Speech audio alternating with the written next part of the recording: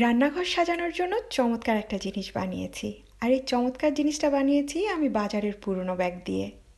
আশা করছি আজকের রিসাইকেলিংয়ের ভিডিওটিও আপনাদের ভালো লাগবে।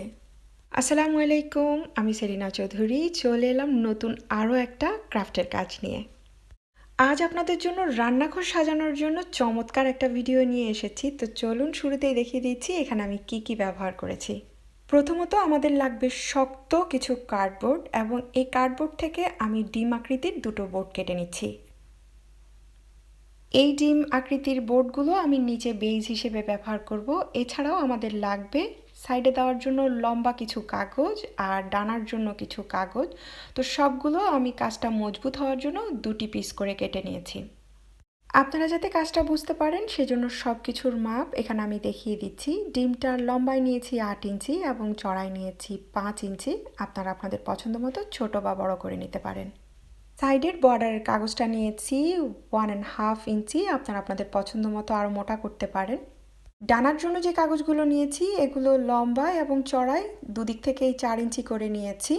তো এখন যেটা করতে হবে, প্রত্যেকটা কার্ডবোর্ড দুটো দুটো করে নিয়েছি, সেগুলোকে প্রথমে জোড়া দিতে হবে। তারপর এগুলোকে আমি কভার করে নিচ্ছি পুরনো বাজারের ব্যাগ দিয়ে। যারা এই কাপড়গুলো কিনে নিতে পারবেন তারা তো অবশ্যই কিনে নেবেন। আমার কাছে যেহেতু এগুলোর একটু অভাব আছে তাই আমি পুরনো বাজারের ব্যাগ দিয়ে করছি। তো এই যে প্রথম আমি একটা লেয়ার এভাবে টাইট করে দিয়েছি, আর এটা হবে আমাদের উপরের পাশ।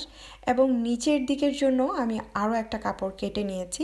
তবে এই ক্ষেত্রে নিচের কাপড়টা লাগানোর আগে গ্লু দিয়ে আমাদেরকে এভাবে মুখটা মুড়িয়ে নিতে হবে। এরপর এটাকে আগের লেয়ারের একদম সমান সমান করে ঠিক এভাবে বসিয়ে দিতে হবে। তবে আপনারা আপনাদের পছন্দ মতো যে কোনোভাবেই বসাতে পারেন। এটা না মিললে কোনো সমস্যা নেই, এটা নিচের দিকে থাকবে।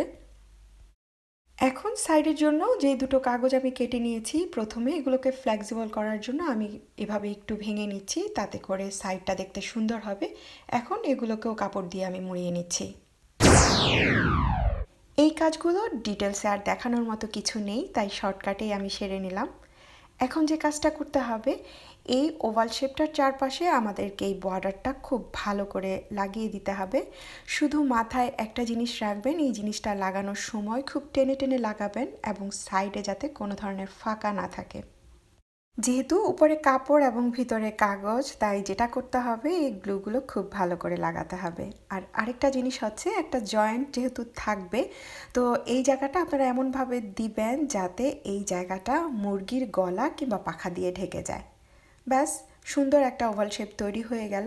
এখন বাদ বাকি যেই পাখা বা অন্যান্য জিনিস আছে সেগুলোকেও আমি তৈরি করে নিচ্ছি। পাখার দিকটা একটু সৌন্দর্য বানানোর জন্য এটাকে আমি যেটা করছি, প্রথমে উপর থেকে এভাবে লাগিয়ে দিয়েছি। নিচের এই অংশটা আমি খালি রেখেছি, এখান থেকে কিছুটা তুলো আমি এটার ভিতরে দিয়ে দিচ্ছি। এরপর নিচ থেকে বাড়তি কাপড়টা মুড়িয়ে অপোজিট পাশেও আমি আরেকটা কাপড় দিয়ে এভাবে কাভার করে দিয়েছি। আপনারা চাইলে এই পার্টটা টোটালি স্কিপ করতে পারেন। পাখাটা আপনারা আপনাদের পছন্দ মতো যে কোনো ডিজাইন দিতে পারেন। তবে এখানে একটু দেখিয়ে দিচ্ছি, আমি এই যে ট্রের সমান করে পাখাটার নিচে কিছুটা অংশ সমান রেখেছি, এতে করে দেখতে ভালো লাগবে। আর আরেকটা জিনিস হচ্ছে, আমি পাখাটা 4 ইঞ্চির মধ্যেই দিয়েছি। তবে আপনারা যদি বাস্কেটটা আরেকটু উঁচু করেন সেই ক্ষেত্রে আপনাদেরকে পাখাটা অবশ্যই ছোট বা বড় করে নিতে হবে। তো ব্যাস, আমার পাখা তৈরি হয়ে গেছে। আর এখানে আমি মাথার জন্য স্পুন সাইজের করে দুটো কাগজ কেটে নিয়েছি, আর এগুলোকেও আমি একইভাবেই তৈরি করে নিচ্ছি। কাজ কম করে করতে চাইলে আপনারা এগুলোকে এইভাবেও ব্যবহার করতে পারেন। তবে একটু শার্প লাইন দেওয়ার জন্য বা ডিটেলস দেওয়ার জন্য এই জিনিসগুলো চারপাশে আমি কিছু সাদা সুতির সুতো জয়েন করে দিয়েছি, বা সিক্কা বানানোর যে সুতোগুলো ছিল সেগুলো দিয়ে লাইন টেনে দিয়েছি। একইভাবে লেজের জন্য আমি ছোট্ট একটা ক্রাউন তৈরি করে নিয়েছি, আর এটা প্রায় 2 থেকে 2.5 ইঞ্চির সমান করে তৈরি করেছি। চিকেনের মুখটা তৈরি করার জন্য এখানে অরেঞ্জ কাপড় দিয়ে দুপাশে চোখা করে ঠোঁট তৈরি করে নিয়েছি। আর এই যে ডিজাইনটা দেখতে পাচ্ছেন, এই ডিজাইনের দুটো কাপড় এবং এরকম ছোট্ট হার্ট শেপের দুটো কাপড় আমি কেটে নিয়েছি। এগুলোকে সেলাই করে ছোট্ট দুটো পিলো আমি তৈরি করে নিয়েছি। তবে আপনারা চাইলে শুধু কাপড় কেটে সেটাও বসিয়ে দিতে পারেন। চোখের জন্য এখানে আমি গুগলি আইসগুলো ব্যবহার করছি। তবে আপনারা চাইলে এগুলো পেন দিয়েও এঁকে নিতে পারেন, চাইলে সুই তো দিয়ে সেলাইও করতে পারেন। আপনাদের যেভাবে ভালো লাগে সেভাবেই তৈরি করে নেবেন। গুগলি আইসগুলো আপনারা যে কোনো ক্রাফট স্টোরেই পেয়ে যাবেন। এখন যেটা করতে হবে, ছোট্ট ছোট্ট এই জিনিসগুলোকে আমাদের সুন্দর করে সেট করে দিতে হবে। এগুলো যেহেতু কাপড়ে, তাই গ্লুটা একটু বেশি করে করবেন যাতে এগুলো শক্ত হয়ে থাকে। আমি যেটা ফুলের মতো তৈরি করেছি সেটা মাথায় দিয়েছি, চোখগুলো বসিয়ে দিয়েছি, আর ঠোঁটটাকে ঠিক এভাবে একটু ফোল্ড করে মাঝখানে গ্লু দিয়ে তারপর এভাবে বসিয়ে দিচ্ছি। এটা যেহেতু মুরগি, এখানে পিচ কালারের ঠোঁট দিলে সবচেয়ে বেশি ভালো লাগতো, তো এই মুহূর্তে আমার কাছে সেই কাপড়টা ছিল না, তাই আমি অরেঞ্জ কালারটাই দিচ্ছি। অরেঞ্জ কালারটা আসলে হাঁসের ঠোঁট হিসেবে সাধারণত আমরা ব্যবহার করি। যাই হোক, ঠোঁটের নিচ থেকে এই যে ছোট্ট হাড়টা আমি এভাবে বসিয়ে দিয়েছি।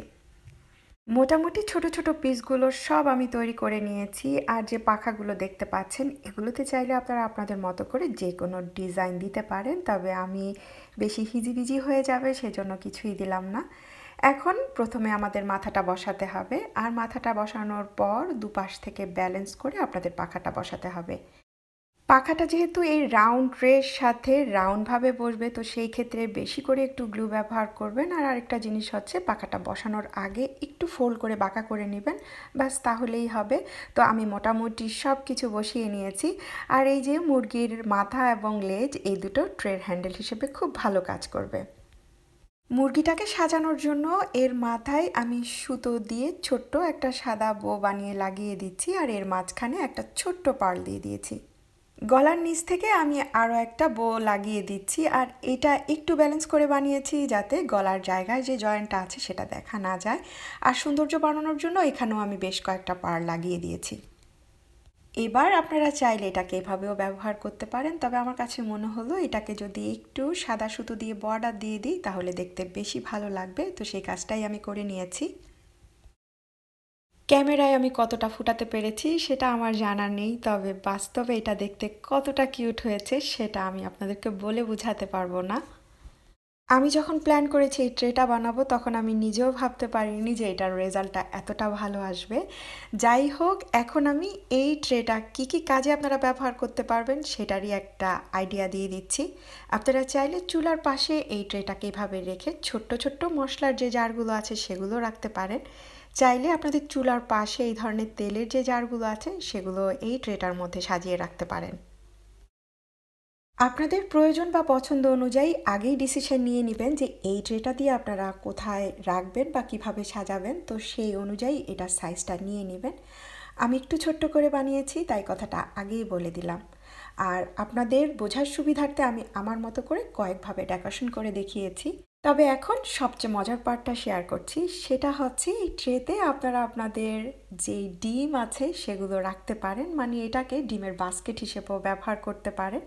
সুন্দর করে ডিমগুলো নিয়ে এভাবে কিচেনে সুন্দর একটা জায়গায় এটাকে আপনাদের পছন্দ মতো রেখে দিতে পারেন, সেটা দেখতে সবচেয়ে বেশি চমৎকার লাগবে। যাদের এই ট্রেতে অনেক বেশি ডিম রাখার প্রয়োজন হবে, তারা এটাকে বাস্কেটের মতো একটু উঁচু করে বানাবেন, তাহলে ডিমগুলো সেফ থাকবে। আপনারা চাইলে ডাইনিং টেবিলে কিছু ফল দিয়ে এই ট্রেটাকে রেখে দিতে পারেন, সেটা দেখতেও খুবই ভালো লাগবে। আবার মেহমান এলে এই ট্রেটার উপরে টিস্যু কিংবা প্রয়োজনীয় ছোট ছোট যে স্পুন হোল্ডার বা ছোট ছোট জারগুলো আছে সেগুলো দিয়েও ডেকোরেশন করে নিতে পারেন, সেটা দেখতেও ভালো লাগবে। আজকের ভিডিওটি ভালো লাগলে একটা লাইক দিতে ভুলবেন না, সেই সাথে আপনাদের ফ্রেন্ডস অ্যান্ড ফ্যামিলির সাথে অবশ্যই শেয়ার করবেন। বিদায় নিয়ে নিচ্ছি, সবাই ভালো থাকবেন, আমাদের জন্য দোয়া করবেন। আল্লাহ হাফেজ।